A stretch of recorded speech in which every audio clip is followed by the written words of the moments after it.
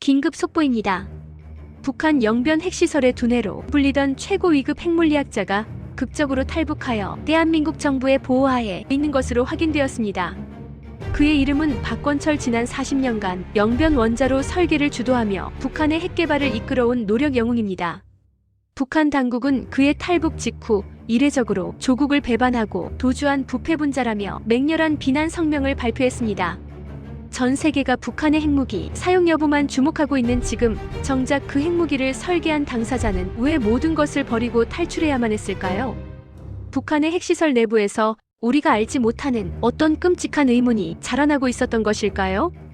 그가 목숨을 걸고 가져온 그 진실을 지금부터 공개합니다. 사연에 들어가기 앞서 구독과 좋아요 부탁드립니다. 내 이름은 박권철입니다. 평양에서 사람들은 나를 박사 동지 혹은 영웅 동지라고 불렀습니다. 나는 핵물리학자입니다. 지난 40년의 세월을 오직 영변의 원자로와 함께 살아왔습니다. 내 조국, 조선민주주의인민공화국이 미제의 위협에서 벗어날 수 있는 유일한 길은 오직 핵무력 완성뿐이라고 나는 그렇게 믿었습니다. 내가 설계한 오메가와트 원자로가 첫 플루토늄을 생산해 내던 날, 나는 당의 이름으로 노력 영웅 칭호를 받았습니다. 나는 내 아들, 딸에게 굶주림은 물려줄지언정 전쟁의 공포는 물려주지 않겠다는 일념 하나로 평생을 바쳤습니다. 나의 핵 기술은 조국을 지키는 가장 강력한 보검이었습니다. 그 보검이 우리 자신의 심장을 겨누고 있다는 끔찍한 진실을 깨닫기 전까지는 말입니다. 모든 것은 1년 전부터 시작되었습니다. 내가 일생을 바친 영변 핵단지에서 이해할 수 없는 사고들이 발생하기 시작했습니다. 처음은 작은 사고였습니다. 작년 3월 사용 후의 연료봉을 보관하던 냉각 수조에서 미세한 방사능 누출이 감지되었습니다. 당시 보위부의 공식 결론은 근무자의 기강 해이였습니다. 담당 근무조 전체가 교체되었습니다.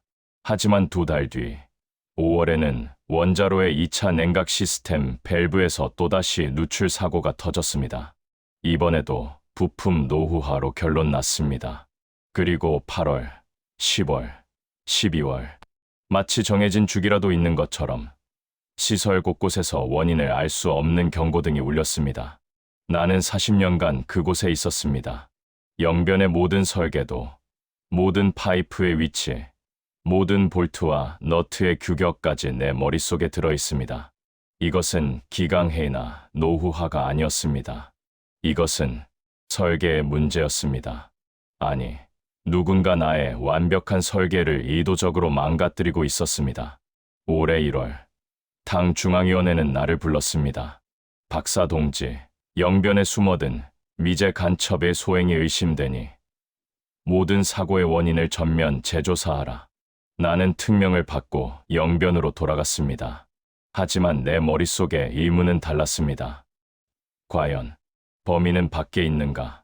나는 단순한 조사가 아닌 수사를 시작했습니다.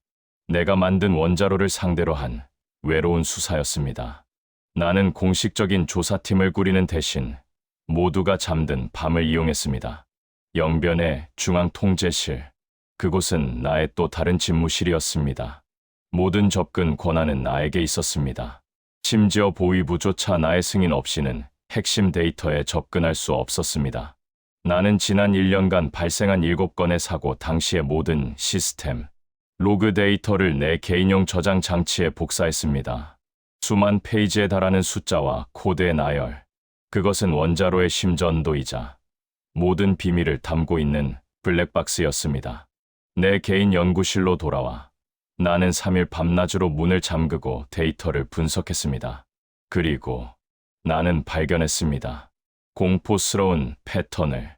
7건의 사고는 모두 정확히 수요일 새벽 3시 15분에 발생했습니다.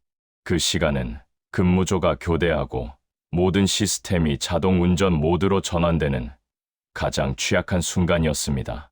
더욱 충격적인 것은 사고 직전 10초간 냉각수 유량을 제어하는 메인 밸브와 원자로 출력을 조절하는 제어봉 시스템에 설계도에도 없는 외부 원격 접속 코드가 침투한 흔적이 발견되었습니다.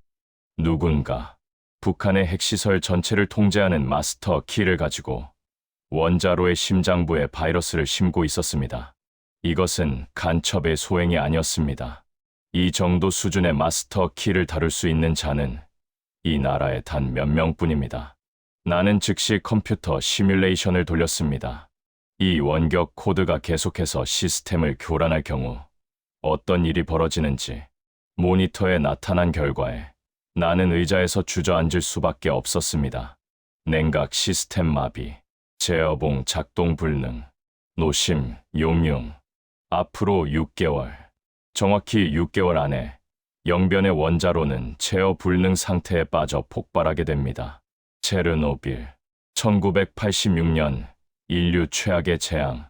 그 재앙이 내가 40년간 피땀으로 만든 바로 이곳 영변에서 재현되려 하고 있었습니다. 나는 이 끔찍한 진실을 당장 보고해야 했습니다. 원수님 김정은께 알려야 했습니다.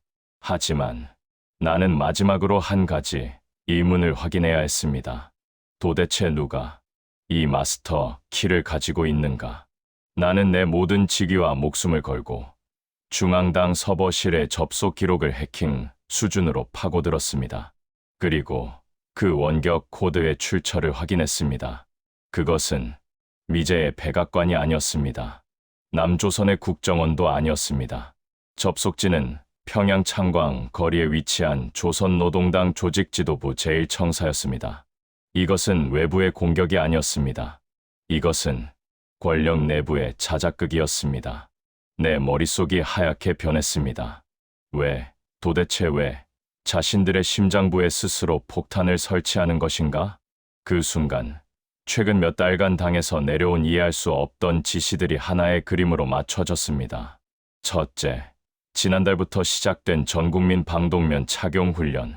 둘째, 영변 지역 주민들의 이유 없는 소개 조치.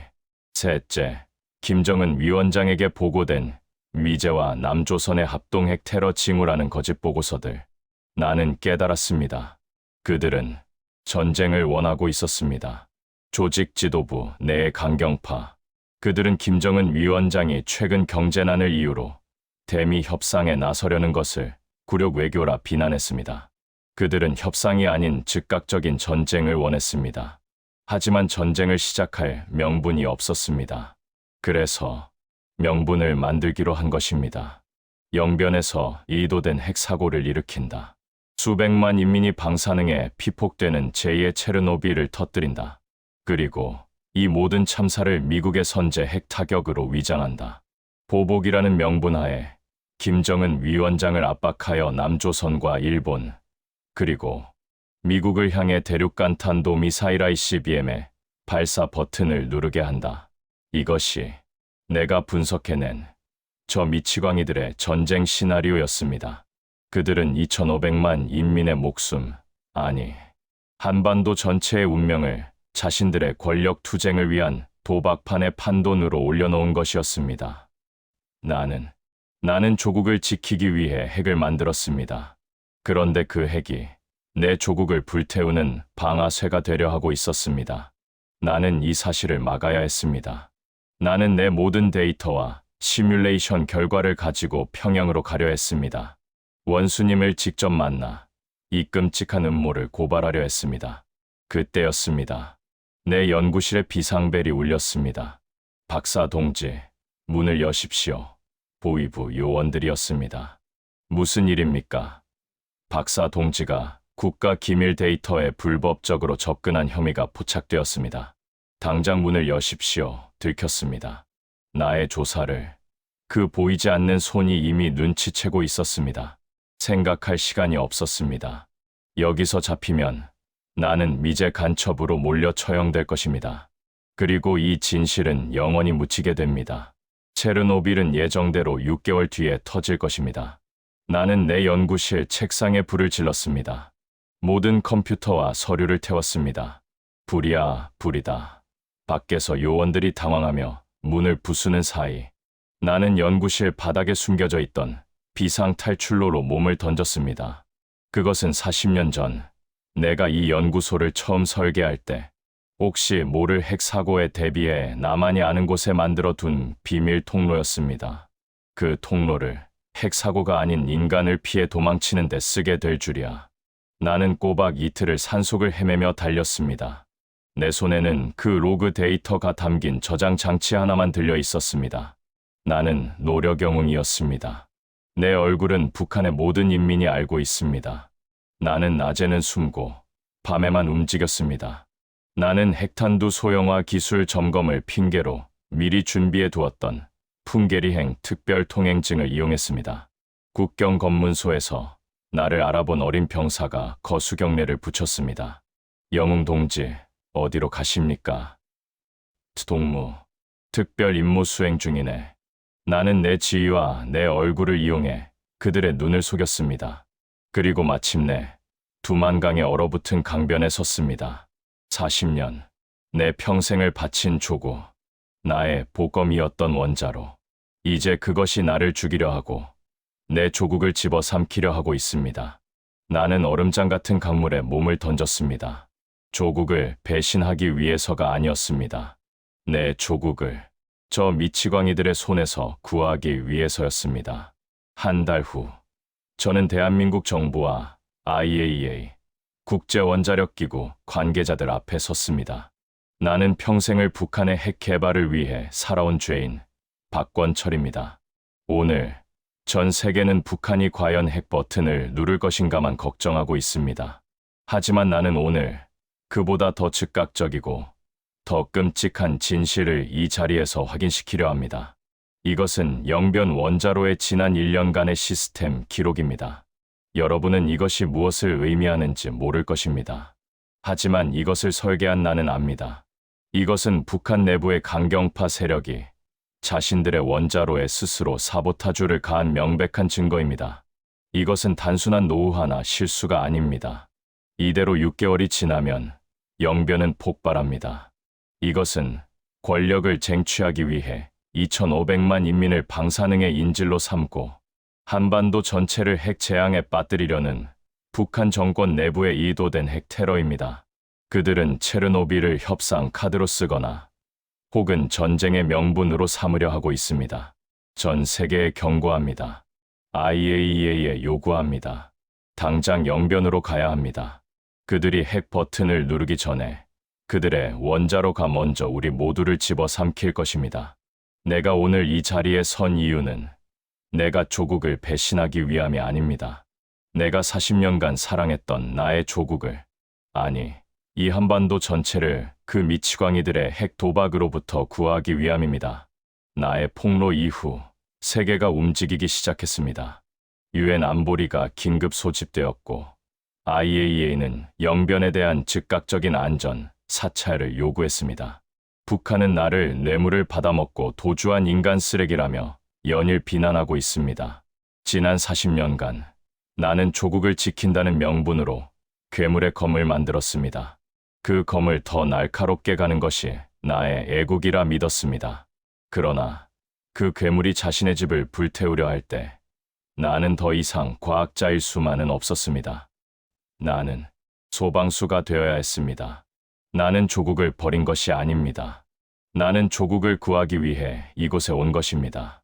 나는 평생 핵을 만들었지만 이제 나의 남은 사명은 내가 만든 그 핵을 가장 안전하게 해체하는 방법을 이곳 자유의 땅에서 연구하는 것입니다.